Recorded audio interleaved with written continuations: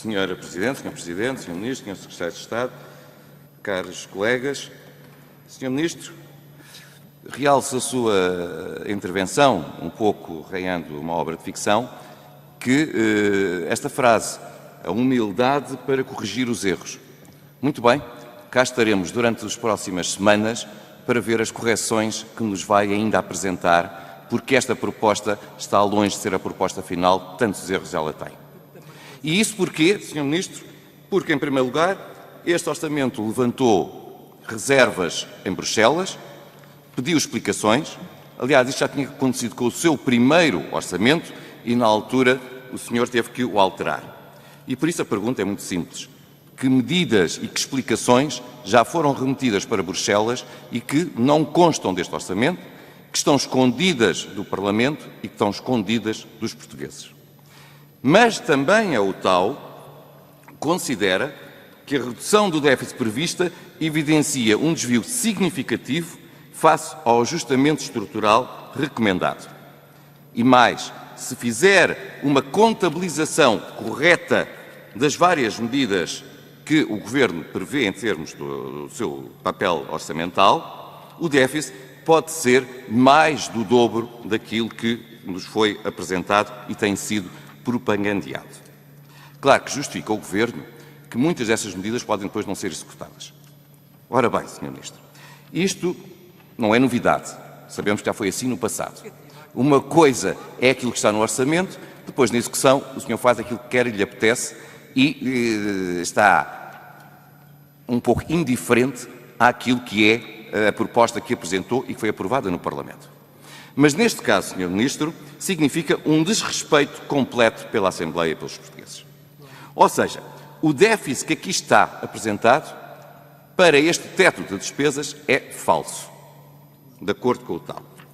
Perante esta falta de seriedade que roça a aldrabice política, Sr. Ministro, tornando definitiva um volume de cativações que não estão explicitadas e que, se alcançarem desde já à partida 590 milhões de euros, é um valor à partida superior às cativações finais ocorridas durante os 4 anos do Governo anterior. E perante isso, Sr. Ministro, é muito fácil. Volta à sua palavra, à humildade para corrigir os erros. Corrija-os, corrija-os, corrija-os. Por respeito aos portugueses e por respeito ao Parlamento, é o mínimo que se exige. Porque não vale a pena entregar um documento com valores que não são corretos para a inglês ver, para a oposição pensar que vai ser verdade, para que parceiros possam votar, mas o senhor sabe à partida que não vai executar nada daquilo que ali está. E isso não é aceitável, Sr. Ministro. E, portanto, era bom que corrigisse em nome da humildade que aqui quis evidenciar e em nome da seriedade política que só nos ficava bem a todos os agentes políticos. Aliás, Sr. Ministro, permita-me que faça agora uma outra consideração. Porque, em condições normais, um orçamento deve ter 2 objetivos fundamentais: promover um crescimento sustentável e ser capaz de proporcionar serviços públicos de qualidade aos cidadãos. Claro, isto sempre com rigor orçamental que nós privilegiamos. Mas nestes 3 pontos, o que é que nós poderemos evidenciar? Quanto ao crescimento económico sustentável, prevê um crescimento de cerca de 2%. Para a UTAU, para o Conselho de Finanças Públicas, para muitas entidades, otimista. Mas que seja, não é por aí. Porque mesmo assim, Sr. Ministro, a realidade é o que é. É positivo crescer 2%? Claro que sim, mas infelizmente é um dos crescimentos mais baixos da União Europeia. E isto evidencia que nós não conseguimos aproveitar os ventos favoráveis da conjuntura externa. E a pergunta que se faz: significa isto que nós temos problemas próprios dos portugueses? Não. Os portugueses já provaram que são tão bons profissionais aqui como lá fora, quando são bem governados. Significa é que a política orçamental não consegue ajudar a economia a ter o crescimento que outros têm. E por isso é uma falha desta opção política que este Governo aqui nos apresentou. Mas também é verdade que nós temos debilidades estruturais. E essas debilidades estruturais não foram resolvidas durante 4 anos e não foram resolvidas porque este Governo mostrou incapacidade reformista. E como não tem capacidade de reformar, por muito que deseje, o país não converge com a União Europeia. E isso é responsabilidade vossa e balanço de 4 anos. Logo, a debilidade do nosso crescimento deve-se exclusivamente às políticas orçamentais que foram tomadas por este Governo. Agora é preciso, e temos 2 exemplos, quer o apoio às empresas, que é diminuto, quer os incentivos à poupança, que são praticamente inexistentes. Só para lhe dar 2 exemplos de 2 áreas onde nós temos divergências profundas com aquilo que é a política orçamental. Mas quanto à degradação dos serviços públicos, só há esta palavra para a caracterizar: degradação recorde. Em fase de crescimento, Sr. Ministro, a degradação da qualidade dos serviços públicos resulta de uma opção política sua, do Governo, do Partido Socialista e dos partidos que o apoiam. Com carruagens da CP ou do Metropolitano encostadas porque não têm manutenção, barcos parados sem manutenção, escassez de funcionários em escolas e jardins de infância, carros da PSP inoperacionais, escassez de papel ou de tinta em tribunais, aumentos de listas de espera para cirurgias e de tempo de espera em consultas nos hospitais públicos. Tudo isto são exemplo da degradação dos serviços públicos, mostrando que também nesta área a política orçamental que este Governo protagonizou falhou. Salva-se a trajetória de consolidação das contas públicas, antes tão vilipendiada pelos partidos que hoje suportam o Governo.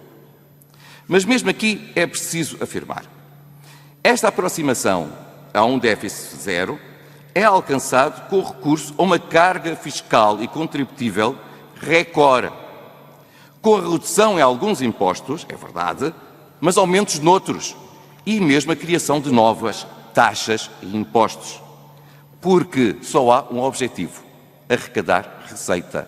É a única opção que vocês protagonizam, este Governo protagoniza.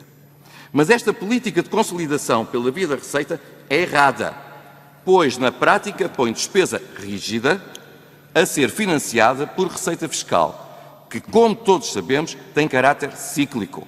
E quando houver uma nova crise, porque os ciclos económicos são o que são, a realidade é que a receita cai e a despesa estará lá e o buraco volta a surgir.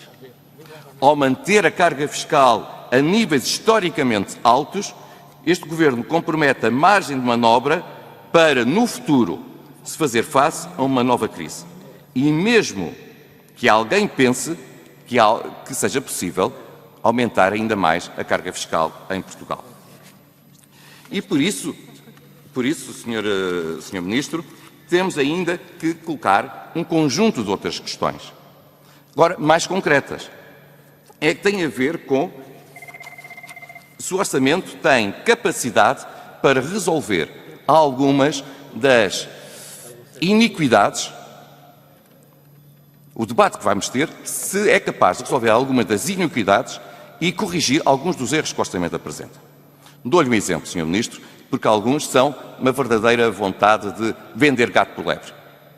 Dizem-nos os senhores, em termos de eletricidade, vai baixar a fatura de eletricidade, porque o IVA vai baixar. As pessoas pensam que é verdade. A seguir, o que é que acontece? Baixa a taxa do IVA do contador. Isto é brincar com os portugueses, Sr. Ministro. A seguir, os senhores dizem-nos, vai ser facilitada as reformas antecipadas. E vai ser facilitada as reformas antecipadas para quem fizer 60 anos e tenha mais de 40 anos de serviço. Depois, na prática, percebe-se que vamos ter um sistema ainda mais complicado. Ou ainda a iniquidade de ter passos sociais para as áreas metropolitanas, dizendo que há portugueses de primeira e portugueses de segunda. Quem de Torres Vedras vier para Lisboa passa a pagar mais 100 euros que o seu vizinho que vier de Mafra. Isto significa, Sr. Ministro, que os senhores não olham para os portugueses todos por igual. E estas iniquidades são algo que é insuportável numa proposta orçamental que devia ter como princípio, sempre e sempre, pensar que os portugueses são cidadãos de pleno direito, todos, independentemente do local onde vivam. Muito obrigado.